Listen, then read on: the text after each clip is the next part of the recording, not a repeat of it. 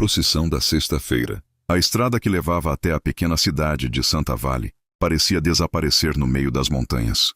Lucas gostava desse tipo de lugar. Cidades esquecidas sempre tinham histórias. Era exatamente o tipo de conteúdo que funcionava no canal dele. Ele estacionou o carro perto da praça principal pouco antes do entardecer. A cidade parecia parada no tempo. Casas antigas, ruas de pedra, uma igreja branca com uma torre estreita e um sino silencioso. O estranho era o silêncio. Nem crianças na rua, nem música, nem carros. Apenas algumas pessoas caminhando rápido, como se estivessem com pressa de chegar em casa. Lucas pegou a câmera e começou a gravar. "Estamos em Santa Vale", disse ele olhando para a lente. Uma cidade famosa por uma tradição curiosa da Quaresma. Ele havia descoberto aquela história em um fórum antigo na internet. Segundo moradores, toda sexta-feira da Quaresma acontecia uma procissão na cidade às 8 da noite. Mas havia um detalhe estranho. Depois da procissão oficial, ninguém deveria sair de casa, porque à meia-noite, outra procissão passava. Lucas sorriu ao lembrar do comentário que tinha lido. "Se ouvir os cantos depois da meia-noite, não olhe pela janela." Para ele, parecia apenas mais uma lenda local. Perfeito para vídeo. Quando entrou em um pequeno mercadinho para comprar água, percebeu algo estranho. O dono do lugar ficou imóvel quando ouviu Lucas comentar sobre a procissão. "Você veio por causa disso?" perguntou o homem. "Sim, quero filmar." O silêncio que se seguiu foi pesado. O homem fechou a caixa registradora devagar. "Filme a procissão das 8. Lucas sorriu. "Claro!" O homem então disse algo que fez Lucas rir na hora, mas que mais tarde voltaria à sua mente muitas vezes. "Mas quando der meia-noite, feche os olhos." Lucas desligou a câmera. "É sério?" O homem apenas respondeu. "Aqui, ninguém quer ser visto por eles." Lucas saiu do mercadinho rindo. Mal sabia ele que ninguém naquela cidade estava brincando. Às 8 da noite, a cidade inteira parecia ter despertado. Velas foram acesas. Portas se abriram. Moradores começaram a caminhar lentamente em direção à igreja. Lucas montou o tripé perto da praça. A procissão começou quando o sino tocou. Um padre caminhava na frente segurando um crucifixo. Atrás dele vinham dezenas de pessoas vestidas de roupas escuras, algumas carregando velas, outras cantando uma música antiga que Lucas não reconhecia. A cena era bonita, melancólica, perfeita para o vídeo. Ele gravou tudo, mas enquanto filmava, começou a notar algo estranho. Muitas pessoas evitavam olhar diretamente para a câmera. Algumas pareciam nervosas. Uma mulher até fez o sinal da cruz ao passar. Quando a procissão terminou, as pessoas desapareceram rapidamente. Em menos de 10 minutos, a praça voltou a ficar vazia, silenciosa. Lucas olhou o relógio. 10h13. Ainda faltavam quase 2 horas para meia-noite. Ele decidiu esperar na praça. Era a melhor posição para filmar qualquer coisa que acontecesse. Mas conforme o tempo passava, algo começou a incomodá-lo. Luzes começaram a se apagar nas casas, uma por uma, como se a cidade inteira estivesse se escondendo. Às 11h40, Lucas percebeu outra coisa. Nenhum cachorro latia, nenhum inseto fazia som. Era como se o próprio lugar estivesse segurando a respiração. Às 11h59, o sino da igreja tocou uma vez. Lucas levantou a câmera.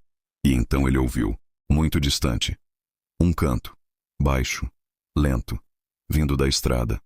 Lucas sorriu. Perfeito. Mas quando aproximou o zoom da câmera, o sorriso desapareceu. As pessoas que caminhavam pela estrada não carregavam velas. E todas estavam vestidas exatamente iguais. Longas roupas pretas, cabeças abaixadas. E nenhuma delas parecia ter rosto. Lucas pensou que fosse algum tipo de máscara. Talvez parte da tradição. Ele continuou filmando. As figuras caminharam lentamente pela rua principal da cidade. O canto era grave, quase um sussurro coletivo. Lucas sentiu um arrepio percorrer os braços. Mesmo assim, aproximou mais o zoom. E foi então que percebeu algo impossível. As roupas das figuras eram antigas. Muito antigas. Como roupas de outro século. O vento levantou um dos capuzes. Lucas congelou. Não havia rosto, nem pele, nem olhos. Apenas um vazio escuro dentro do capuz. Lucas deu um passo para trás. O canto parou. Todas as figuras pararam de caminhar ao mesmo tempo. Silêncio. Devagar. Todas levantaram a cabeça, na direção dele. Lucas sentiu o estômago gelar. Ele não sabia como, mas eles sabiam que estavam sendo filmados. Então uma das figuras começou a caminhar em direção à praça. Depois outra, e outra. Lucas pegou a câmera e começou a recuar. Mas algo estranho aconteceu. Quando olhou novamente para o visor, Uma figura extra aparecia na procissão. Alguém caminhando no meio deles. Lucas aproximou o zoom. Seu coração parou. Era ele, segurando uma câmera, caminhando entre os sem rosto. Lucas desligou a câmera. As figuras desapareceram. Simplesmente desapareceram. A rua estava vazia. O canto havia parado. A praça estava silenciosa novamente. Ele ficou parado por alguns segundos, tentando entender o que tinha acabado de acontecer. Deve ser montagem, murmurou. Mas ele sabia que não era. Lucas correu até o carro e abriu o notebook. Conectou a câmera. Reproduziu a gravação. A primeira parte do vídeo mostrava exatamente o que ele lembrava. A procissão se aproximando pela estrada. Mas quando a gravação chegava ao momento em que ele havia visto a si mesmo, algo diferente aparecia. A câmera tremia, como se alguém estivesse caminhando. E então a imagem mostrava Lucas. Mas ele não estava segurando a câmera. Ele estava olhando diretamente para ela, com expressão vazia, parado no meio da procissão. E atrás dele, dezenas de rostos surgiam dentro dos capuzes, todos olhando para a lente. Lucas pausou o vídeo. O sangue gelou, porque um deles estava sorrindo. Lucas passou o resto da noite dentro do carro, sem dormir. Quando o sol nasceu, ele decidiu ir embora da cidade. Antes de sair, passou novamente pelo mercadinho. O dono estava abrindo a porta. Lucas colocou o celular sobre o balcão e mostrou o vídeo. O homem assistiu em silêncio. Quando terminou, suspirou. Lucas ficou parado, olhando para o celular como se a tela pudesse se mover novamente a qualquer instante. Mas o vídeo havia parado, congelado no momento em que o outro Lucas levantava a cabeça. Isso é montagem, disse Lucas, mais para si mesmo do que para o dono do mercado. O homem apenas balançou a cabeça. Não é montagem. Lucas guardou o celular no bolso com mãos trêmulas. Então o que é? O dono do mercadinho apoiou as duas mãos no balcão e falou devagar, como se estivesse repetindo algo que já havia dito muitas vezes ao longo dos anos. Toda sexta-feira da quaresma, a procissão volta. Lucas respirou fundo. Eu vi. Não, respondeu o homem. Você ainda não viu de verdade. Lucas franziu a testa. O que isso quer dizer? O homem apontou para o bolso onde estava o celular. Quando alguém aparece duas vezes no vídeo, significa que foi marcado. Um silêncio pesado caiu entre eles. Marcado? Para quê? Perguntou Lucas. O homem respondeu sem emoção. Para caminhar com eles. Lucas soltou uma risada nervosa. Isso é ridículo. Mas quando saiu do mercadinho e entrou no carro, percebeu algo estranho. O vídeo continuava tocando sozinho, no banco do passageiro. E cada vez que a gravação repetia, o Lucas que caminhava na procissão estava um pouco mais perto da câmera. Lucas decidiu ir embora da cidade naquele mesmo dia. Dirigiu durante horas até chegar a um hotel em outra cidade. Naquela noite tentou esquecer tudo, mas o celular não parava de vibrar. Sempre o mesmo vídeo. Sempre a mesma procissão. E sempre o outro Lucas caminhando cada vez mais perto da câmera. Na terça-feira, ele já estava quase tocando a lente. Na quarta-feira, ele estava olhando diretamente para quem filmava. Na quinta-feira à noite, Lucas acordou com o celular tocando sozinho sobre a mesa. O vídeo havia mudado. Agora não mostrava mais a procissão na rua. Mostrava a praça da cidade, vazia. O sino da igreja tocou no vídeo. Uma vez, duas vezes, três. E então a câmera virou lentamente, como se alguém estivesse segurando, mostrando as figuras encapuzadas reunidas, esperando. O coração de Lucas disparou, porque a câmera então se aproximou de um reflexo no vidro de uma vitrine. E o reflexo mostrava quem estava filmando. Era o outro Lucas, segurando a câmera. No momento seguinte, ele olhou diretamente para a lente e falou pela primeira vez. Sexta-feira, a tela ficou preta. Lucas olhou o calendário. Era meia-noite, sexta-feira. Lucas não se lembrava de ter voltado para Santa Vale, mas quando abriu os olhos, estava na praça. A mesma praça, a igreja, as ruas de pedra, a neblina. O sino tocou. Lucas tentou se mover. Não conseguiu. Seus braços estavam rígidos. Seu corpo caminhava sozinho. Passo, depois outro. Ele olhou para baixo. Estava vestindo um manto preto. Ao seu redor, dezenas de figuras caminhavam em silêncio. Lucas tentou gritar, mas sua voz não saiu. Então viu algo à frente. Um homem parado no meio da praça, segurando uma câmera. Um viajante curioso.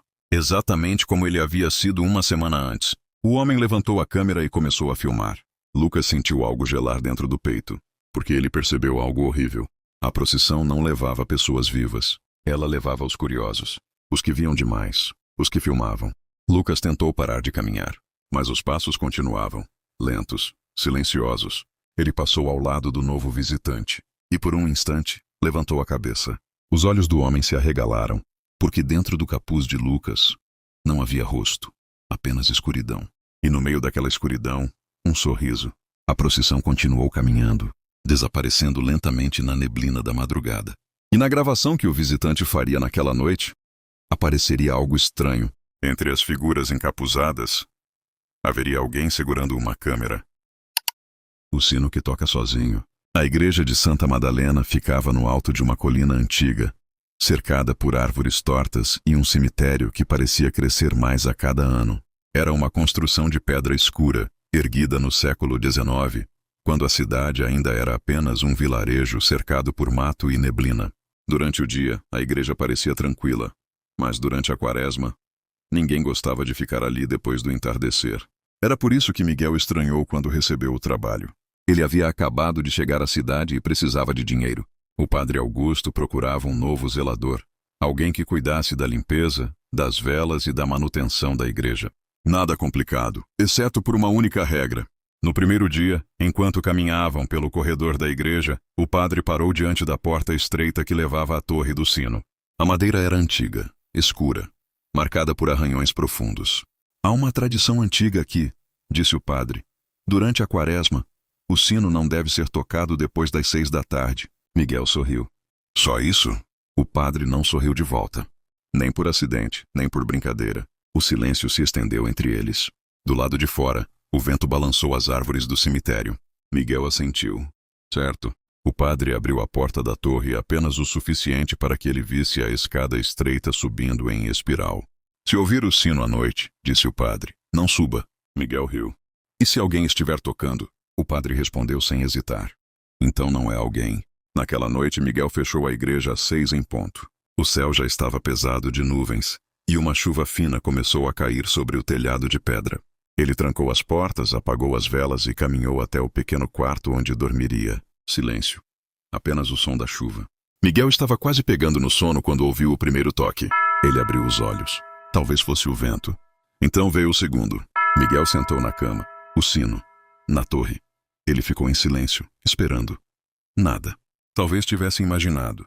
Ele se deitou novamente. Então o sino tocou pela terceira vez. Dessa vez Miguel se levantou. Deve ser algum garoto da cidade. Ele pegou a lanterna e caminhou até a porta da torre.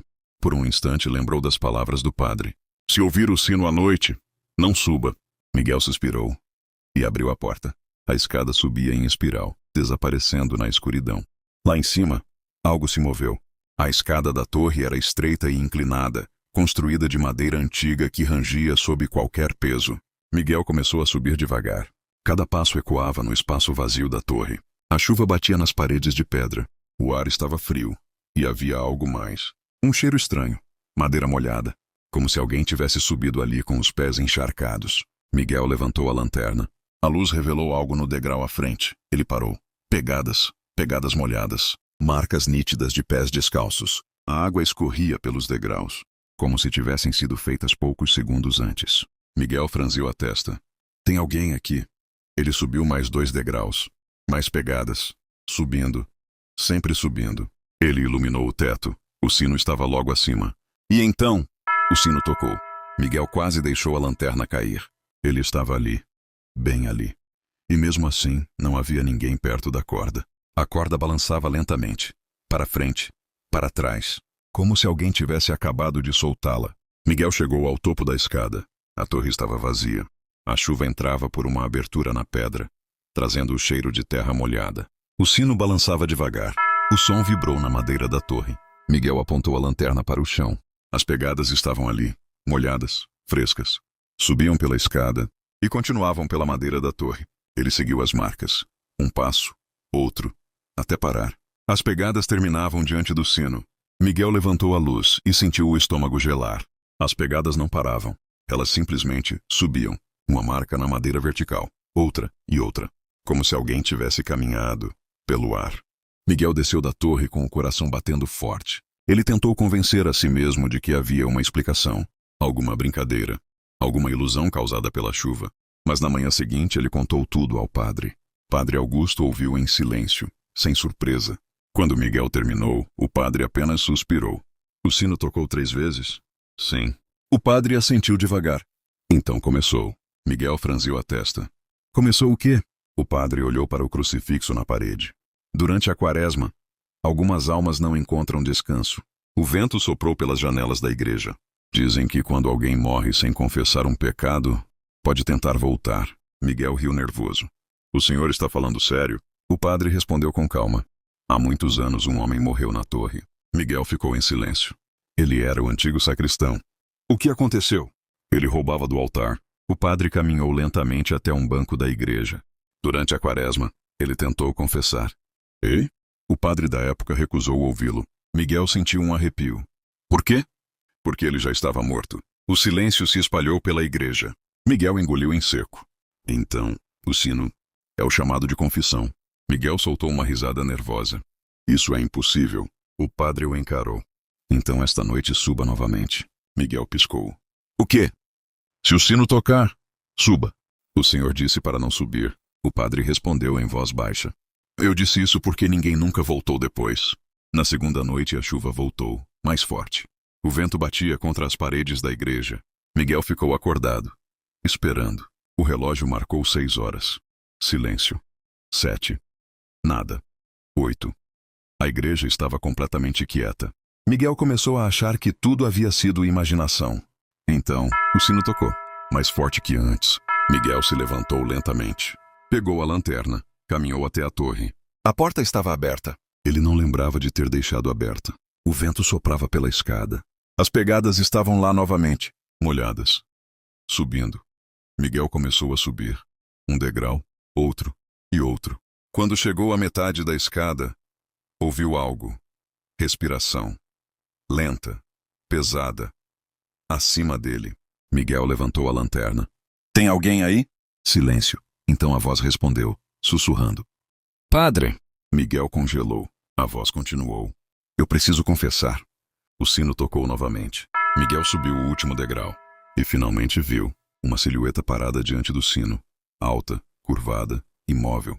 A água escorria de seus pés, pingando no chão de madeira. Miguel deu um passo. A figura não se moveu. Eu não sou padre, disse Miguel. A figura lentamente virou a cabeça. E naquele instante, Miguel percebeu algo impossível. O rosto não tinha olhos, apenas cavidades escuras. E mesmo assim, ela estava olhando diretamente para ele. A criatura deu um passo. A madeira rangeu sob seus pés molhados. Miguel recuou. Eu não sou padre. A voz respondeu novamente, mais fraca, mais desesperada. Então, ouça. O sino começou a balançar sozinho. A vibração atravessou toda a torre. Miguel tentou fugir, mas percebeu algo estranho. As pegadas estavam surgindo no chão, novas, molhadas, aparecendo atrás dele, como se outra coisa estivesse subindo a escada. Outra presença, mais uma alma. A criatura diante dele estendeu um braço longo demais. Eu roubei. Outro toque. Eu menti. Outro. Eu matei. Miguel congelou. Matei o padre que se recusou a ouvir minha confissão. O vento entrou pela torre. E de repente, outro sino começou a tocar. Não o da igreja. Outro. Distante. Como se viesse debaixo da terra. As pegadas atrás de Miguel pararam. Ele virou a lanterna. E viu algo na escada.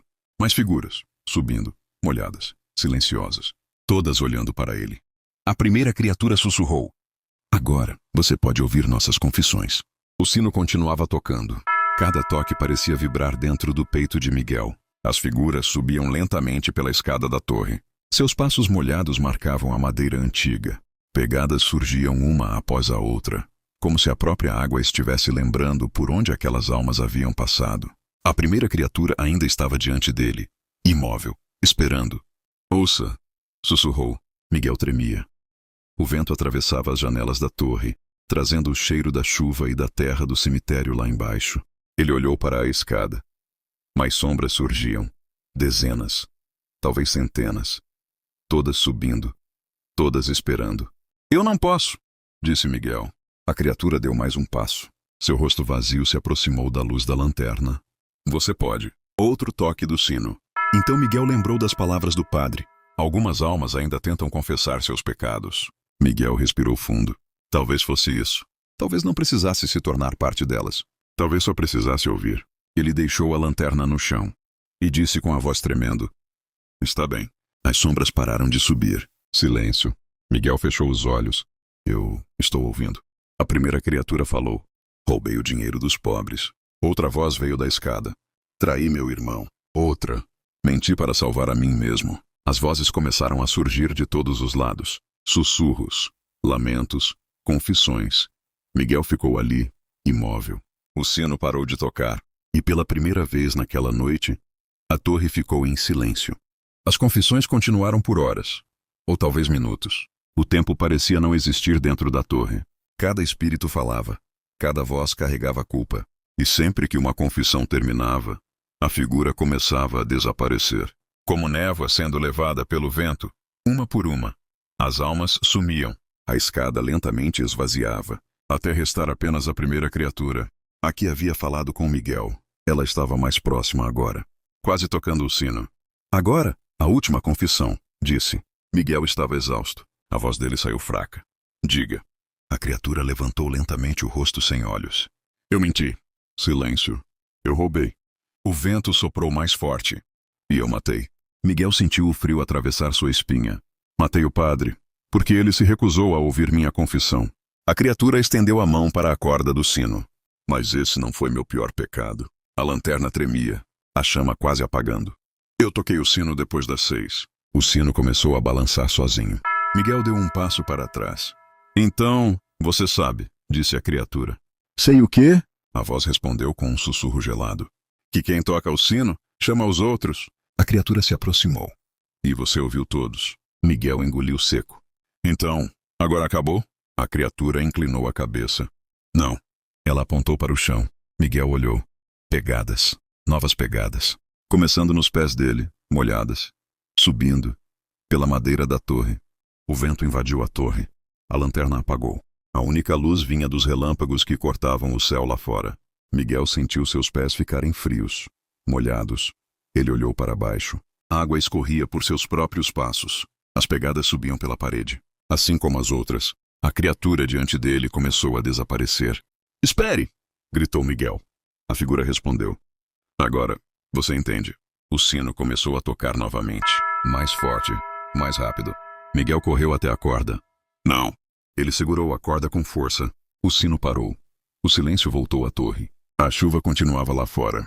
Miguel respirava com dificuldade. Então ouviu algo vindo da escada. Passos, subindo, lentos. Uma voz fraca ecoou da escuridão. Padre! Miguel congelou. Outra voz. Eu preciso confessar. Outra. Por favor. Miguel olhou para suas mãos ainda segurando a corda e finalmente entendeu. A torre não precisava de um morto. Precisava de alguém que escutasse. Ele soltou lentamente a corda e caminhou até o topo da escada. As sombras estavam esperando. Miguel respirou fundo e disse: Eu estou ouvindo. A chuva caiu a noite inteira sobre a igreja de Santa Madalena.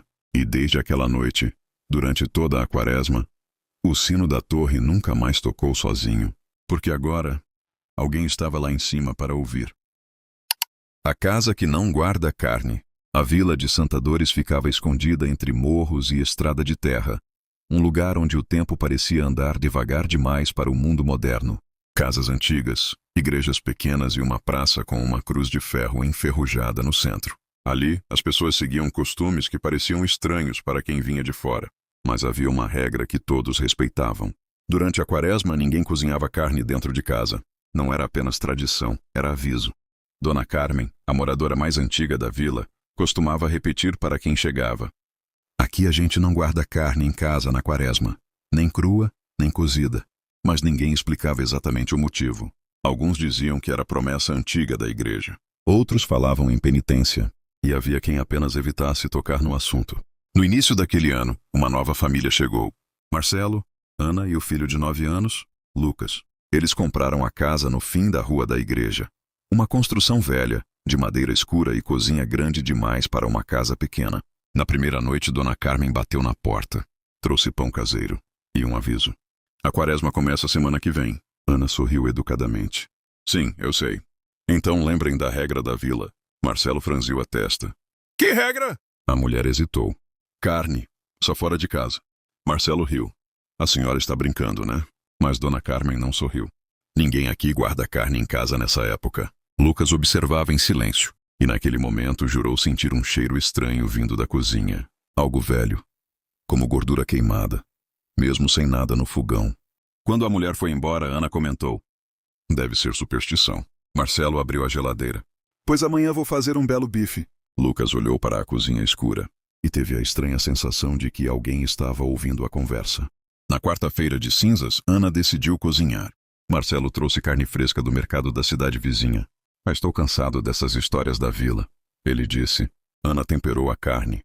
Alho, sal, pimenta. Mas quando colocou na frigideira, algo estranho aconteceu. O cheiro que subiu não era o de carne grelhando. Era cheiro de comida estragada. Ana franziu o nariz. Marcelo, isso tá ruim. Ele pegou um pedaço. Comprei hoje, mas o cheiro piorou. Como se a carne estivesse apodrecendo na panela. Ela jogou fora.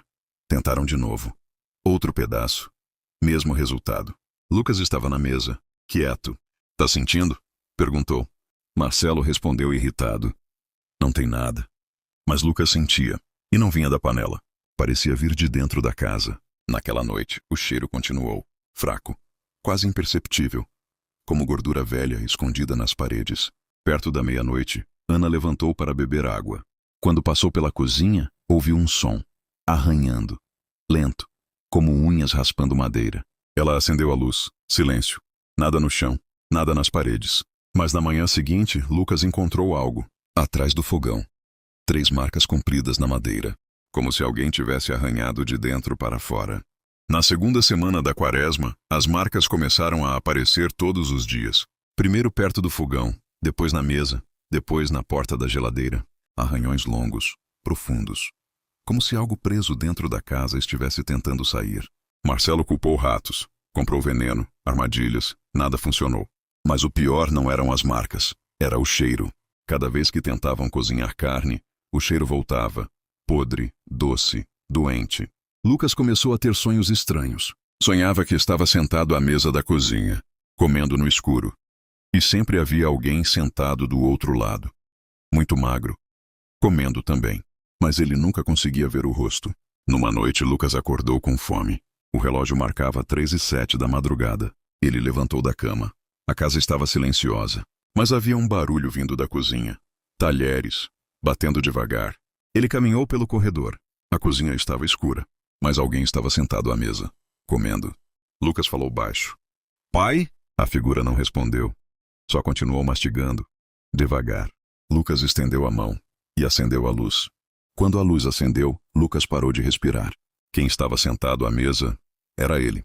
Mas não exatamente. A criatura tinha o mesmo rosto, o mesmo cabelo. Mas o corpo era muito mais magro. A pele parecia cinza. E os olhos, completamente pretos. Sem branco. Sem pupila.